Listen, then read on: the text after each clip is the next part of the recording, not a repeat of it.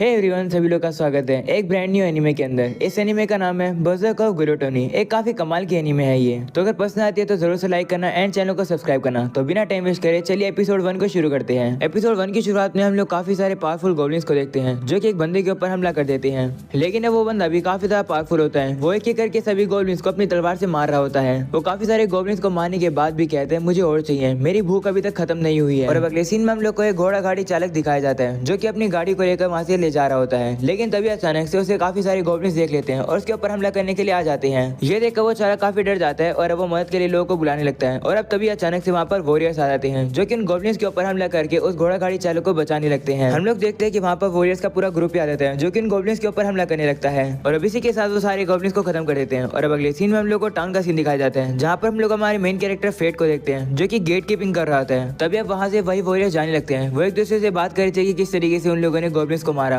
वहीं उन लोगों की बातें सुनकर फेट सोचने लगता है कि ये तो गॉब्लिन्स हंटर है, मैं तो उन जैसा कभी नहीं बन पाऊंगा। मैं यूजलेस हूँ क्योंकि मेरा पेट कभी भी नहीं भरता है। मुझे हमेशा भूख लगती रहती है क्योंकि मेरी बेकार की स्किल की वजह से। स्किल का नाम है गिलेटनी। फेट अब कहने लगता है कि मुझे चलो शुक्रगुजार होना चाहिए कि मुझे गेट कीपिंग की जॉब तो मिली। और अब शाम को हम लोग वॉरियर्स को देखते हैं जो कि मार्केट में शॉपिंग कर रहे थे। लेकिन तभी वहाँ से होली नाइट जा रहे होते हैं। ये देखकर वो वॉरियर्स पीछे छुप जाते हैं और कहते हैं कि तो ब्लैक सिबलिंग्स का ग्रुप है। जिसके साथ हम लोग देखते हैं कि एक दुकानदार का फल नीचे गिर जाता है गलती से और अब वो एक होली नाइट के पैर पर जाकर भिड़ जाता है। इसलिए वो अब दुकानदार घबरा जाता है और वो जल्दी से उस फल को वहाँ से उठाने लगता है। लेकिन अब वो नाइट उस पर काफी ज्यादा गुस्सा होता है और उसके पेट में काफी जोर से लात मार के उसे पीछे गिरा देता है। वहीं पर वो दुकानदार उनसे कहता है कि मैंने ये गलती से नहीं करा। ये सुनकर वो नाइट गुस्सा होते हैं और कहते हैं कि तुम हमें उल्टा जवाब दे रहे हो। तुम्हें पता तो है ना हमारी इंसल्ट करने से क्या होता है, तुम्हारी गर्दन काट दी जाएगी। ये सुनकर वो शॉप डर जाता है, कहते हैं मुझे माफ कर दो, मुझसे गलती से हो गया। तभी दूसरा नाइट उन नाइट से कहते हैं हार्ड और मेमिल इतना काफी है, इसे जाने दो। वो अब शॉप ओनर से कहते हैं कि ऐसी गलती को वापस से मत दोहराना, तुम लकी हो कि तुम बच गए हो। ऐसा बोलने के बाद वो होली नाइट वहाँ से चले जाते हैं। ये सब देखने के बाद वो वॉरियर्स कहने लगते हैं कि होली नाइट कितने ज्यादा क्रूअल है। अच्छा है कि लेडी रॉक्सी इन लोगों की तरह नहीं है।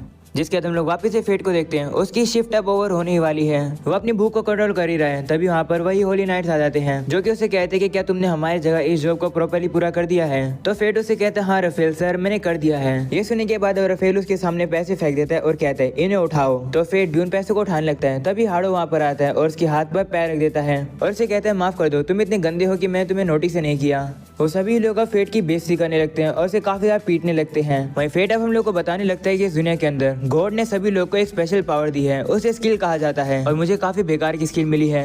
वो लोग फेट को मार रहे होते हैं। तभी अचानक से वहाँ पर लेडी रॉक्सी आ जाती है जो कि उन होली नाइट से कहती है कि तुम लोग फेट के साथ ऐसा नहीं कर सकते हो, ये बिल्कुल अब्यूज है। गेट को संभालना होली नाइट की होनरेबल ड्यूटी होती है, ये ड्यूटी तुम लोग की रिस्पॉन्सिबिलिटी होनी चाहिए थी। तो रफेल उसे कहते हैं कि हम तो बस फेट की मदद करे थे क्योंकि उसके पास कोई जॉब नहीं थी, इसलिए हमने उसे ये जॉब दे दी। आखिरकार ये भी तो एक होली नाइट की ड्यूटी है। तो अब रॉक्सी उनसे कहती है कि एक बार देखो तुमने फेट की क्या हालत कर दी है, क्या ऐसे तुम उसकी मदद कर रहे हो।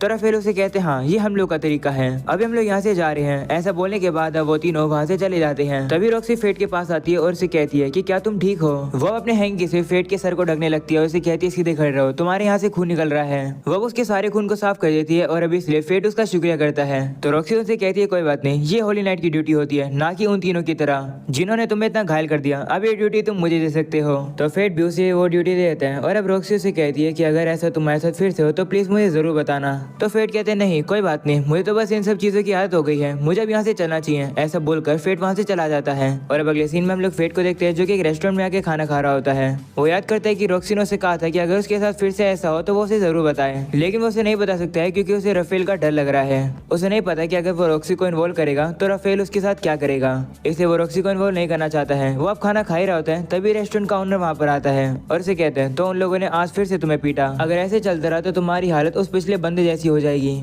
उस बंदे को उन लोगों ने काफी ज्यादा अब्यूज किया था, उससे काफी ज्यादा काम कराया था कि वो मर ही गया। फेट अब उसकी बात पर कोई भी रिप्लाई नहीं करता है। वो जल्दी से अपने खाने को खत्म करता है और पेमेंट करके वहाँ से चला जाता है। वहीं शॉप ओनर उसे कहते हैं मैं दुआ करता हूँ कि तुम्हारी हालत पिछले वाले बंदे जैसी ना हो। जिसके बाद लोग देखते हैं फेट को जो कि बाहर रहता है, उसे अब भी भूख लग रही होती है क्योंकि उसके पास ग्लूटेन स्किल जो है। वो कहने लगता है काश मेरा भी जन्म एक अच्छी स्किल के साथ हुआ होता।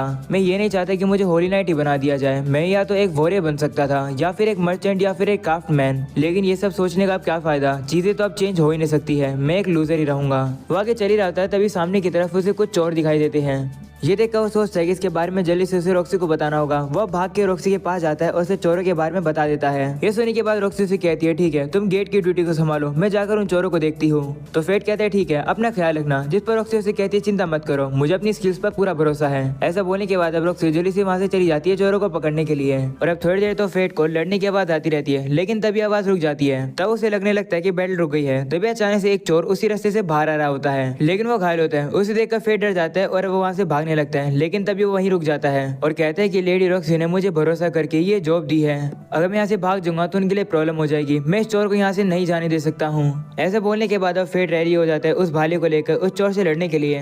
वो चोर अब जैसे उसकी तरफ आता है वो भाले को उसके ऊपर मार देता है और उस चोर को वो खत्म कर देता है। तभी अचानक से फेट की जो ग्लूटन स्किल है वो एक्टिवेट हो जाती है, जिससे कि उसके स्टैट इंक्रीज हो जाते हैं और अब उसे स्किल आइडेंटिफाई और टेलीपैथी की स्किल मिल जाती है। ये सब सुनने के बाद अब फेट थोड़ा सा कंफ्यूज रहता है और कहते हैं कि मेरी ग्लूटन स्किल एक्टिवेट हो गई। आखिरकार अब ये भी क्या हुआ। तभी वहाँ पर रॉक्सी आ जाती है और अब वो उस मरे चोर को देखकर अब फेट से कहती है कि क्या तुम ठीक हो। वहीं पर फेट रॉक्सी की मन की बात सुन पा रहा होता है।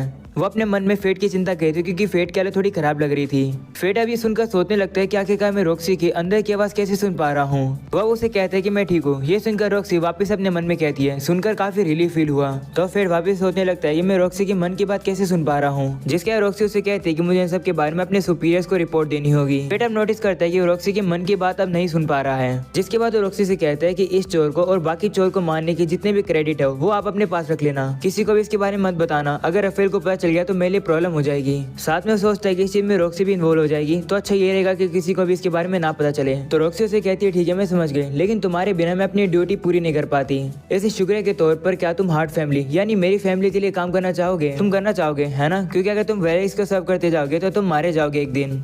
ये डिसीजन तुम्हारा है, तुम्हें उन लोगों की चिंता करने की जरूरत नहीं है, तो अपना डिसीजन लो। ये सुनकर फेट सोचने लगता है कि उसे अपना कौन सा फ्यूचर चुनना चाहिए। एक ऐसा फ्यूचर जहाँ पर उसे कूड़े की तरह ट्रीट किया जाए, या फिर एक ऐसा ब्राइट फ्यूचर जहाँ पर वो लेडी रॉक्सी के लिए काम करे। वही फेट उससे कहते हैं अगर मैं इस काम को छोड़ूंगा तो किसी और को पूरा करना होगा ये काम। तो रॉक्सी कहती हाँ वो तो है, लेकिन उसमें तुम्हारी रिस्पॉन्सिबिलिटी कोई भी नहीं रहेगी, और वैसे भी गेट को डिफेंड करना एक होली नाइट की ड्यूटी होती है। तब फेट सोचते हैं अगर लेडी रॉक्सी को ऐसा लगता है तो इसका मतलब ये सच ही होगा। वह उसे कहते हैं ठीक है मैं आपके लिए काम करूंगा, मेरे लिए काफी ऑनर की बात है। यह सुनकर रॉक्सी काफी खुश होती है और कहती है ये तो काफी कमाल की बात है। जिसके बाद अब फेट अपने घर पर आते हैं और वो ये देखकर हैरान है कि इसके जो स्टैट है वो ट्रिपल डिजिट में हो गए हैं। वो सोचने लगता है कि आखिरकार ये सब हुआ कैसे और उसकी आइडेंटिटी और टेलीपैथी स्किल वो क्या है। तभी उसे याद आता है कि वो रॉक्सी की मन की बात सुन पा रहा था, तो इसका मतलब कहीं वही तो टेलीपैथी स्किल नहीं थी। और ये सब उसके साथ तब हो रहा था जब उसकी ग्लूटनी एक्टिवेट हो गई थी। वो कहने लगता है कि आखिरकार मेरी बॉडी के साथ क्या हो रहा है, लेकिन अगर मेरे पास ऐसे स्टैट रहेंगे तो शायद से मॉन्स्टर्स को हरा सकता हूँ। और अब अगले दिन हम लोग देखते हैं कि वो एक दुकान पे एक तलवार खरीदने के लिए आता है। तभी उस शॉप का ओनर वहाँ पर आता है और उसे कहता है कि तुम्हें कैसी सोच चाहिए और तुम्हारा बजट कितना है। तो फेट उसे थोड़े से पैसे दिखाकर कहते हैं कि मेरा बजट सिर्फ इतना ही है। ये देखकर वो शॉप ओनर कहता है कि तुम तो गरीब हो, तुम इससे ये वेपन्स नहीं खरीद पाओगे। ये सुनकर फेट काफी दुखी होता है क्योंकि रॉयल कैपिटल में आने के 5 साल बाद वो सिर्फ इतने ही पैसे इकट्ठा कर पाया है। तभी वो दुकानदार उसे कुछ और वेपन दिखाता है और कहते हैं कि तुम इतने पैसे से सिर्फ ये बेकार के वेपन खरीद सकते हो। तो फेट के पास और कोई भी चॉइस नहीं होती है। वो सोचते हैं कि कुछ ना होने से कुछ तो बेहतर है।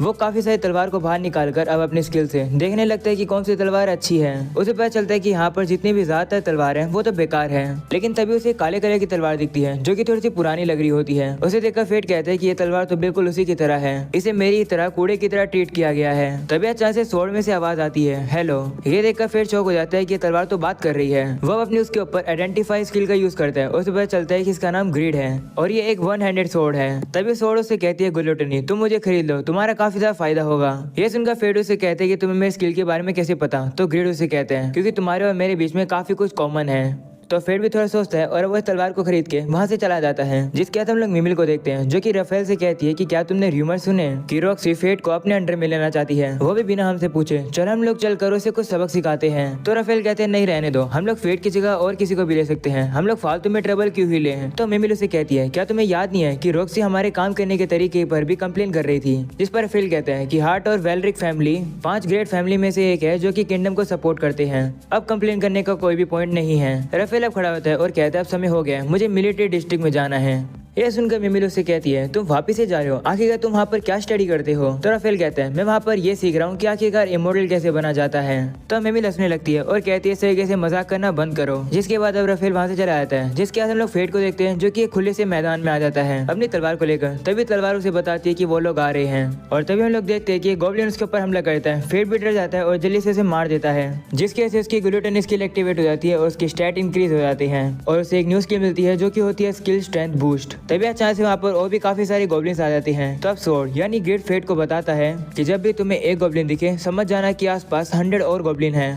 और अब काफी सारे गॉब्लिन्स आकर अब फेट के ऊपर हमला करने लगते हैं। वहीं पर फेट भी अपनी तलवार से उन सभी को हराते रहते हैं, जिसकी वजह से बार बार उसकी ग्लूटन स्किल एक्टिवेट होती रहती है। और अब बैटल खत्म होने के बाद वो देखता है कि उसे काफी सारी न्यू स्किल्स मिल गई हैं, जिसके ग्रेट फेट से कहते हैं अब तुमने नोटिस किया होगा कि तुम्हारा पेट अब भर गया है, तुम्हें भूख नहीं लग रही है। तो फेट कहते हैं हाँ तुमने सही कहा, आज मेरा पेट बिल्कुल भी नहीं गुड़गुड़ाया है, ऐसा मेरे साथ कभी भी नहीं हुआ है। मुझे लगा था कि जिस स्किल के साथ तुम बोर्न होते हो वही स्किल तुम्हारे पास हमेशा रहती है, लेकिन मुझे तो काफी सारी स्किल्स मिल गई। तो ग्रेडो से कहते हैं इसके लिए तुम्हें अपनी ग्लूटन स्किल का शुक्रिया करना चाहिए। नॉर्मली तुम्हारे स्टैट बैटल करने से इंक्रीज होते हैं और तुम्हारे एक्सपीरियंस के तौर पर तुम्हारा लेवल अप होता है, लेकिन ग्लूटन स्किल स्टैट और स्किल्स को चुराती है और बदले में तुम्हारा एक्सपीरियंस देती है। इसका मतलब तुम हमेशा ही लेवल 1 पे रहोगे।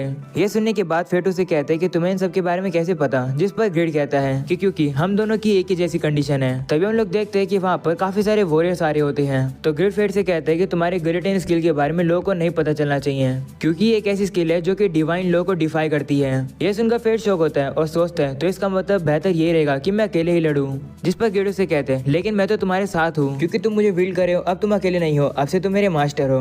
तो फेडो से कहते हैं हाँ तुम सही कह रहे हो, चलो वापिस चलते हैं।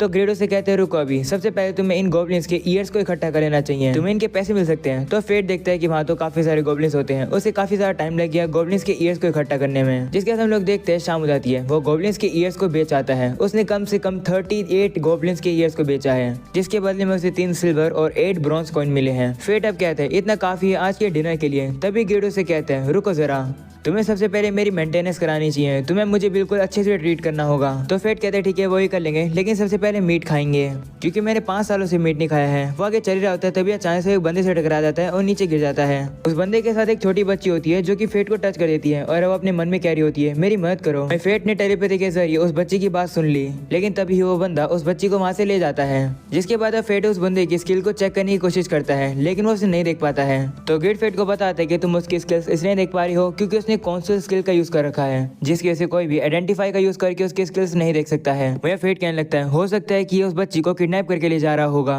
तो ग्रेट कहते हैं हाँ ऐसा हो सकता है, तो तुम अब क्या करोगे? जिस पर फेट कहता है कि मैं इस चीज को इग्नोर नहीं कर सकता हूँ। ऐसा बोलने के बाद उस बंदे और उस बच्ची के पीछे चला जाता है और अब अगले सीन में हम लोग को एक अजीब सी जगह दिखाई जाती है, जहाँ पर उस बंदे ने वो छोटी बच्ची को बांध के रखा हुआ है। वो बंदा उस बच्ची से कहता है कि तुम वर्थलेस हो, तुम्हारे लिए ही ऐसी जगह बनाई गई है। वो उसके बाल पकड़कर उससे कहते हैं कि तुम्हारा यूज होली नाइट करेंगे अपने मजे के लिए, तुम समझ रही हो ना कैसे मजे के लिए। ये सुनकर वो बच्ची डर जाती है और वो रोने लगती है। तभी हम लोग को पता चलता है कि फेट भी वहाँ पर आ जाता है। वो पीछे से छुप कर ये सब चीजों को देख रहा था। वो अब उस बच्ची की मदद करने आ ही रहा होता है, तभी गेडो से रोकता है और कहता है कि क्या तुम श्योर हो वो बंदा काफी ज्यादा स्ट्रॉन्ग है तुमसे, ये तुम्हारा लास्ट चांस है भागने का। तो फेट कहते हैं नहीं मैं नहीं भागूंगा, क्योंकि फाइनली मेरे अंदर अब ताकत आ चुकी है। अगर मेरे सामने कोई सफर कर रहा है तो मैं उसकी मदद जरूर करूंगा। और यहीं पर हो जाता है एपिसोड 1 खत्म। एपिसोड 2 काफी जल्द आ जाएगा, तो उसके लिए वेट करना। तो इस वीडियो को लाइक करना, चैनल पर नहीं हो तो सब्सक्राइब कर देना। मिलते हैं अगले एपिसोड में, तब तक के लिए बाय बाय।